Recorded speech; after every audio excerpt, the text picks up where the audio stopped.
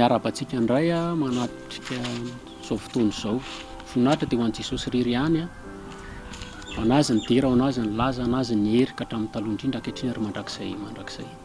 Ny antony izao fandarana izao moa dia mba fiomanana antsika satria Jesosy efa ho avy, tena efa ho avy ary ny fotoana efa akaiky. Jesosy ny teny hoe jereo izy izy ny aviavy, izany hoe ho famantarana fa raha vao manomboka manitsana ny raviny dia efa akaiky ny lohatao. Dia nisy famantarana be nataon'i Jesosy tamin'izy nampianatra ny mpianany. Ireo rehetrarehetra dia efa miseho ankehitriny. Izany hoe fa tokony fotoana hozy izy Paoly hitrakany lohantsika satria ny fahamonjena antsika dia efa akaiky ny tamin'ny andro taloha. Dia izany ny antony izao fandarana izao, fomanana antsika. Dia ny amin'izay mihitsy dia misy lesona anankiray hozaraina amintsika mba ahafahantsika malala fa ny tantara dia miverina ihany. Isan'andro isan'andro dia mitantara, tsy misy zava-baovao izy aty ambany masoandro fa na dia efa misy ary zavatra efa nataontsika efa teo dia zavatra efa taloha ihany.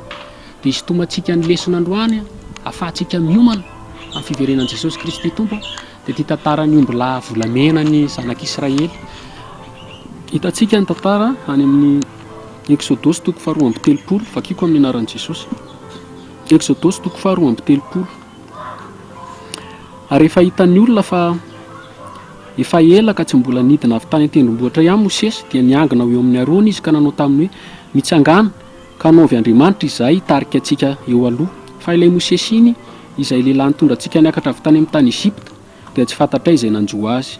Ary hoe Arona taminy romboty ary ny kavim-bolamena izay eny amin'ny sofin'ny vadinareo sy ny zanakareo lahy ary ny zanakareo vavy ka ento ety amiko ary ny olona rehetra dia nandrobotra ny kavim-bolamena izay teny amin'ny sorony, teny amin'ny sofiny ka nitondra azy ho eny amin'ny Arona.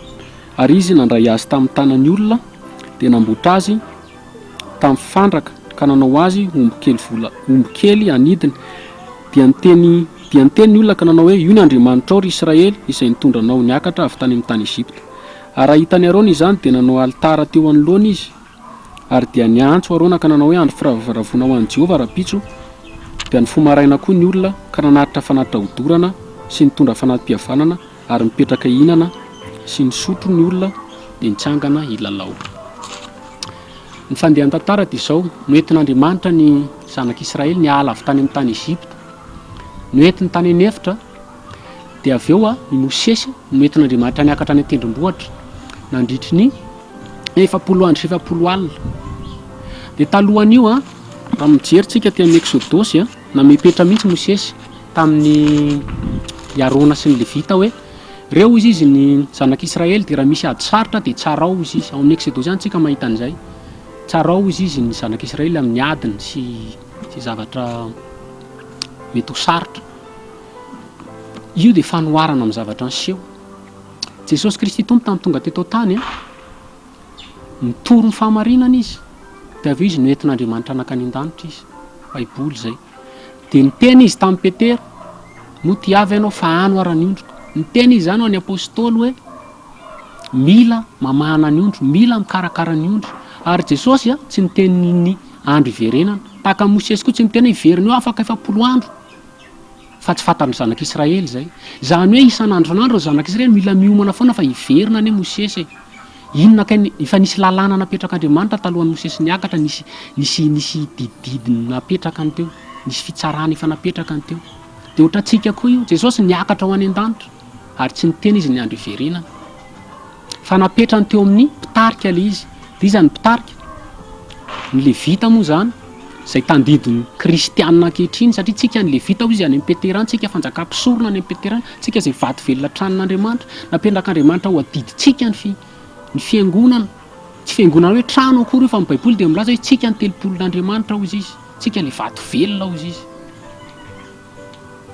Dia inona ny zava-nisy? Tsy nanao ny asa ny Arona, natahotra ny vahoaka i Arona. Ny olona voalohany indrindra ny olona dia mpanompo sampy tahaka ny andro ankehitriny ihany, manompo sampy ny vahoaka, manompo sampy ny vahoaka malagasy ary ny kristianina ny tena manompo sampy. Jerevo ny tantarantsika, jerevo Andriamanitra tsy hitany. Izay mihitsy ny teneniny ao Mosesy izay nitondra anay nivoaka avy tany amin'ny tany Ezipta ao izy dia tsy hitanay hoe nakaiza. Dia ohatra antsika koa Jesosy ny namonjy antsika fa tsy hitany olona izany. Dia lasa nanao inona ny olona? Nalainy ny lakroa dia iny ny vomboniny. nalainy koa ny sampile dia ino ny hitany, nalainy daholo ny rano voasina, ino ny hitany, nalainy na ty baiboly ty raha hondananao a manompo sampy ianao zay. Ny tenin'Andriamanitra apetaka ao amin'ny tômôbila, ino ny eritreretinao iarinao, manompo sampy ianao zay. Fa ny fiainana dia Jesosy Kristy tompo miainao anatin'ny fonao. Dia izay nahatonga ny olona nanompo sampy loatra ny olona satria tsy nahita ny asan'Andriamanitra fa olona nitany. Zay ny mahatonga antsika lasa misy mpitarika isan'andro isan'andro io dia apetraka eny ambony, misy mitarika. Dia tao anatin'izay koa iarona natahotra zay mantsy le antsoina hoe Laodikia, ny olona ny manjaka. Maro olona eny tsy nisy ny zanak'Israely tamin'izany dia niteny tamin'ny arona mila manao Andriamanitra ho anay ianao satria tsy fantatray izay nisian'i Mosesy. Dia natahotra koa iarona satria ho faty eto fa dia ataony sitraponareo ry vahoaka. Dia zany ny zava-misy zany antsoina hoe Laodikia, démocratie du peuple, zany hoe marimaritra iraisany vahoaka, ka izay ataon'ny vahoaka ny ataon'ny vahoaka ka tsy mahasampy teny intsony ny mpitarika. Tsy hitantsika ankehitriny ve zany amin'ny fiangonantsika? Hitantsika zany isan'andro isan'andro, tsy angatanana amin'izao any am-piangonana. Ary ny olona izy misotro ny lalao, io dia trindriako mihitsy fa ny lalao ny olona. Rehefa ela zany ny fahatongavan'i Jesosy dia lalao ny olona. Jereo Jesosy nanao fanoharana, misy 5 adala hozy izy 5 endry. Ary rehefa naharitra ela mipampakatra hozy izy dia rendrea magnaritra zareo, tsy niambina zany. Zany ny zavatra hitantsika ankehitriny, milalao ny olona. Za dia efa nahita site kristianina izay ataoko anaty faraingy sosina hoe kristianina fa tsy kristianina, dia milalao ny atao, manao karaoké kristianina, concours kristianina, hip-hop kristianina, worship kristianina be da be. Tsika angamba mety mahita an'izay any amin'ireny le petadrindriny ireny. Milalao ny vahoaka, tsy miambina amin'ny fiverenan'i Mosesy zanak'Israely, ohatra antsika tsy miambina amin'ny fiverenan'i Jesosy kristianina ankehitriny. Tadio fa rehefa mivery Mosesy dia tezitra. Ary inona nataony? Nisy fandringana natao, nisy fitsarana natao. Zay koa ny zavatra iseho hoe rehefa ho avy Jesosy dia ho tezitra ary hisy fandringana anao. Niteny mihitsy Jesosy hoe rehefa eny indro ny zanak'olona izy rehefa hiverina hitsara ny tany, moa hita finoety ambonin'ny tany va izy. Misy an'izay any amin'ny liokany fa tsy tadidiko misy azy fa omenanao ihany. Zany ny zava-misy. Ny zava-misy amin'ny fiangonana ankehitriny dia tena ohatra ny omby lahy kely volamena. Ary inona ny omby lahy kely nataony olona? Dia tsy inona fa ny mpitarika azy ihany. Zay ny lasa omby lahy kely. Zany hoe zava-misy dia izao, ny olona namorsehany Arona tamin'izany fotoana, dia Arona lasa nanao omby lahy kely volamena satria natahotra, dia ny olona lasa nanandratra an'iny, lasa na inona nataon'ny mpanjaka. Misy eglizy any amin'ny apokalipsy any, misy ilay tenenin'Andriamanitra hoe, tenenin' Jesosy Kristy tompo hoe misy ny fampianaran'ny Nikolaïta ao izy sy ny Jezebely.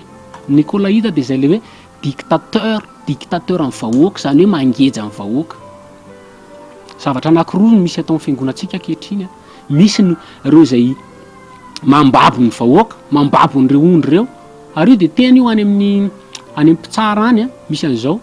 Zanak'Israely izy dia nanompo sampy nivavaka tamin'ireo Bala, ry Asera, ireo andriamanitra izay tsy ninonondrazana.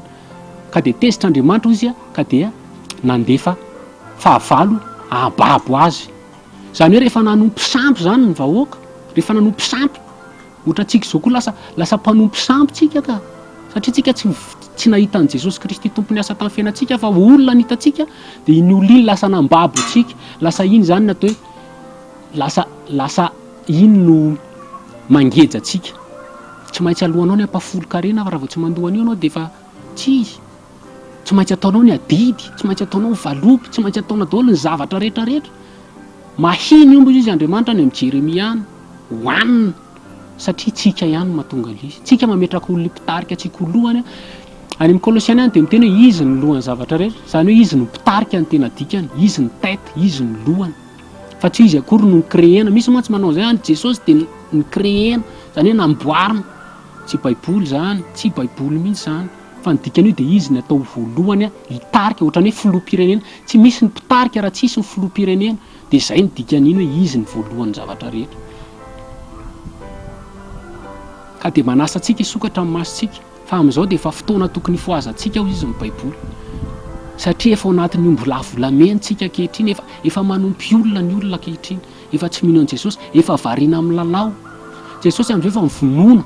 Misy fanoharana nataon'i Jesosy tamin'ny tamin'izy nampianatra ny fariseo nanao fanoharana izy hoe nisy ozy izy olona nanana tany-boloboka de lasa izy nametraka azy teo tamin'ny olona mpikarakara azy de nandeha tany an-tany lavitra de rehefa miverina izy anatena vokatra kanjo izy izy ny vonono ny iraka ny vonono de farany nandefa ny zanako izy de zao mihitsy ny tenele ten'Andriamanitra rehefa nahita ny zanaka izy de izy le olona zay mpanofa ny tany hito izy ny mpandova andeha ho vonotsika de inona nataony izy ny esoron'ny ala zany hoe nentin'ny voaka de ny vonono zany ny hitantsika ankehitriny Jesosy nefa maty amin'izao fotoana zao hoe Jesosy efa nivelany amin'izao fotoana zao hoe tsisy mijeantsika ohatra hoe hira kristianina klipa kristianina tsisy Jesosy ao na ny ray ny akanjo efa miovy mimpiry rehare efa miovy mimpiry efa zavatra efa olona nita ny olona mantsy mifikitra amin'ny zavatra hita amin'ny masony zay mampanompo sampy itsika mifikitra amin'ny zavatra hita amin'ny masontsika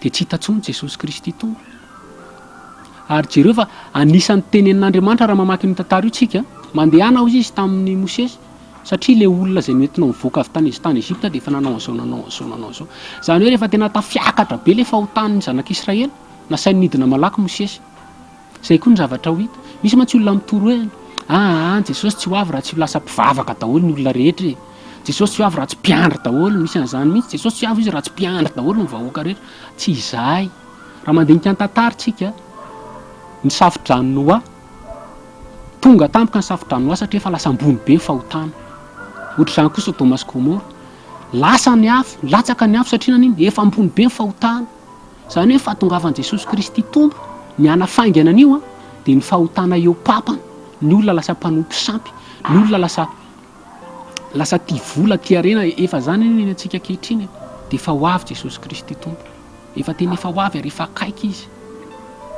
ny famantarana anankiray amin'ny fanompo-tsampy ihany de ny teny Paoly hoe mipetraka ao amin'ny tempolin'Andriamanitra izy ilay lahanoto le mananatry ny tenany ho farany ambony ka manao ny tenany Andriamanitra any amin'ny Tesaloniana any tsika mahita an'izay zay foanany Jesosy Kristy tompo izy amin'ny fofonay ny vavany zay zany le izy moa le lahanoto amin'ny tempolin'Andriamanitra izy misy fanazavana anankiroa zay ho avy moa le teny hoe antikristy mihitsy fa ny tena izy koa de izy moa ny tempolin'Andriamanitra itsika ny tempolin'Andriamanitra de inona ny ao anatin'ny tempolin'Andriamanitra amin'izao fotoana izao de rehefa voalazako antsika teo ihany efa satana no manjaka efa fanompo-tsampy no manjaka satria tsika efa idolatra ny olona ankehitriny efa idolatra ny kristianina ankehitriny efa misy le lanota ao amintsika ao isaky mety kely de pastera anay andeha anao didy amin'ny pastera anay za andeha ho akary andeha ozy izy prophète zao izy apôstôly zao de manaraka an'iny daholo andeha hivavaka iny